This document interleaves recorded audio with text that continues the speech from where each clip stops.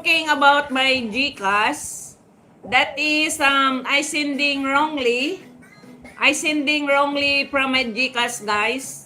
And I reported to GCash Center. And the GCash Center willing to repay me back within 3 days.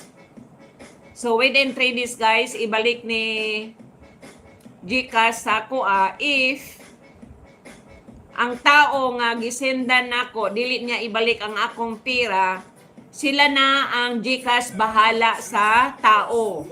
Kung hindi ibigay sa tao ang pira nga natanggap niya galing sa akin, ang GCash na bahala mag-bar down sa iyahang accounts. So talagang sabi ni GCash, talagang 100% mabalik dahil hawak nila ni GCash ang account sa tao. Ana pala.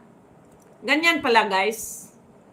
Kasi pag reported na daw, once i-report, tama yun, guys, nga within 24 hours.